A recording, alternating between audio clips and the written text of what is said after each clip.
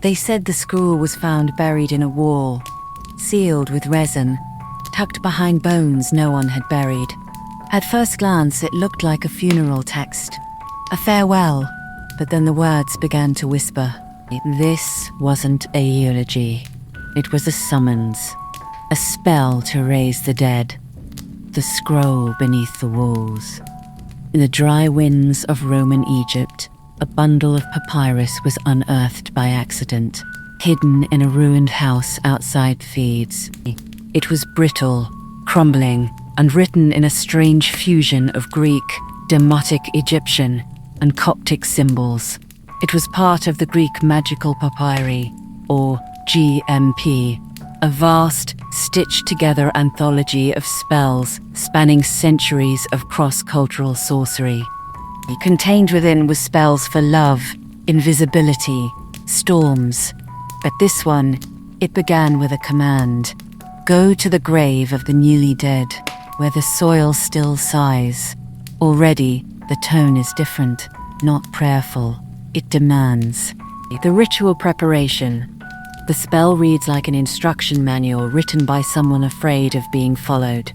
To perform it, the practitioner must gather a black bowl filled with milk and honey to sweeten the mouth of the dead, the blood of a bat, believed to carry souls between worlds, a figurine of clay carved into the shape of the deceased, a piece of grave iron freshly pulled from a burial shroud.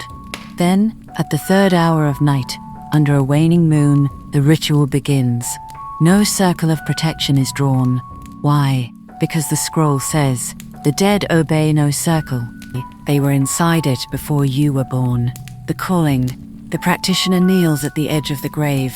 The bowl is poured into the dirt, a figurine buried beside it. Then, the name of the dead is spoken, 36 times. Each one to honor a different chthonic force, rulers of the underworld, from Hecate and Persephone to forgotten local spirits. The scroll says, say their name as if it burns your mouth. Say it as if you want them to come back angry.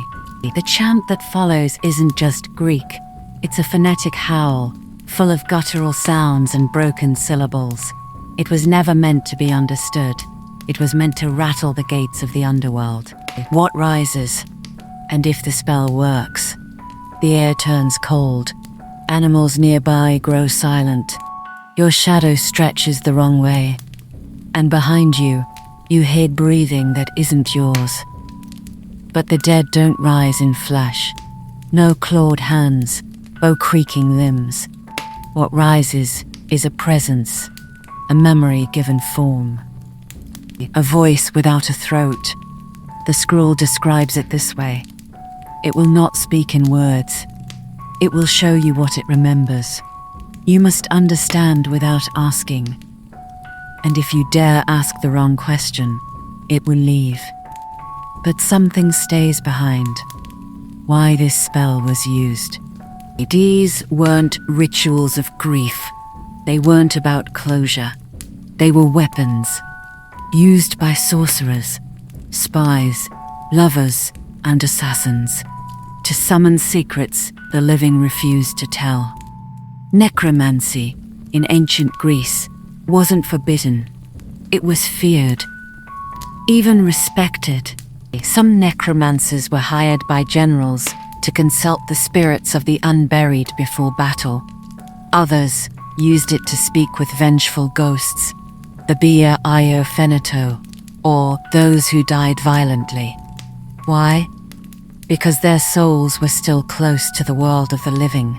They could be bribed. Or worse, bound. The warnings in the margins. The scroll isn't just instructions.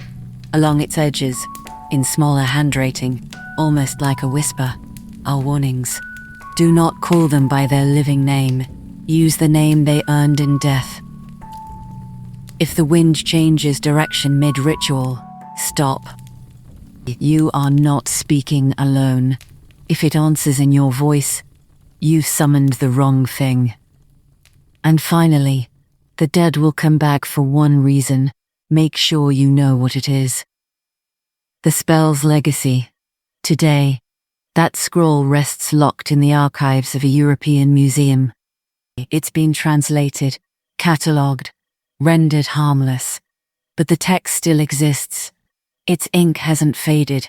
And if someone, somewhere, were to speak those words aloud again, with the right offering, under the right moon, would it work? Would the grave answer? Or is something already listening, waiting to be called? So the next time you hear a name in your dreams, or feel a chill behind your neck in the dark, ask yourself, would you dare wake what was meant to rest? As this fire burns, may your curiosity burn too. Subscribe for more forgotten rites, ancient spells, and the true magic buried in time. This was Forgotten Arcane, where every myth has a price.